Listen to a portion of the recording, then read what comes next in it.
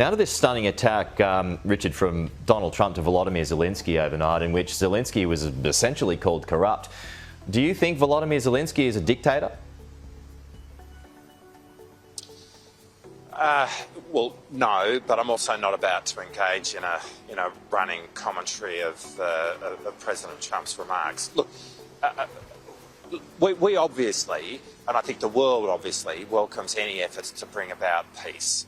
The war in Ukraine has seen a very significant loss of life over what's coming up to 3 years. Having said that, it can't be peace on any terms. And to be clear, I don't think America is saying that either.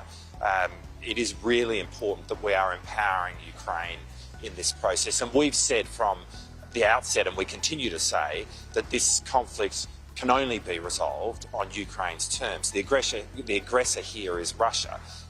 They were the ones who illegally crossed into Ukraine, who invaded Ukraine. That is why we are supporting Ukraine. We see that what's at stake here Yet Donald Trump is not saying any of that. We will continue to support Ukraine. Well, again, I'm not about to give you a running commentary on what President Trump is saying. Okay. The Australian position is that we see that the global rules-based order is under threat by what Russia did in respect of Ukraine.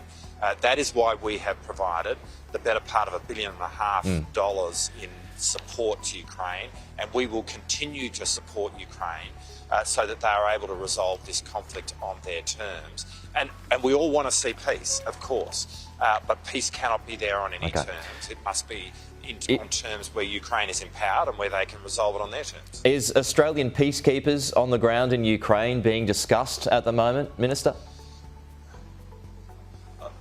Look, it's not being discussed, and I'm not going. I mean, there's a lot of water to go under the bridge before we get to that point, and so I'm not about to speculate on all of that.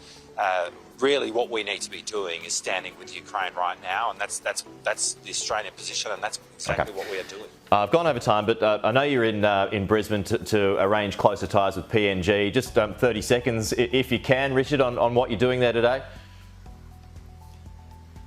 Well, we hope to begin the process of negotiating a defence treaty with PNG. We have a status of forces agreement which dates right back to 1977, but the world has changed a lot since then, and we're doing so much more with PNG. Actually, I think there is something quite exciting which is in offer in terms of the conversations that I'll be having with my counterpart, Minister Billy Joseph. So I'm really looking forward to this. There are really great things that our two countries are doing together, and if we can get this done, it'll be a big step forward in our national security. Good to have you with us on what appears to be a beautiful day there in beautiful Brisbane. Richard Miles, thank you. We'll chat to you again soon. Beautiful day in Brisbane.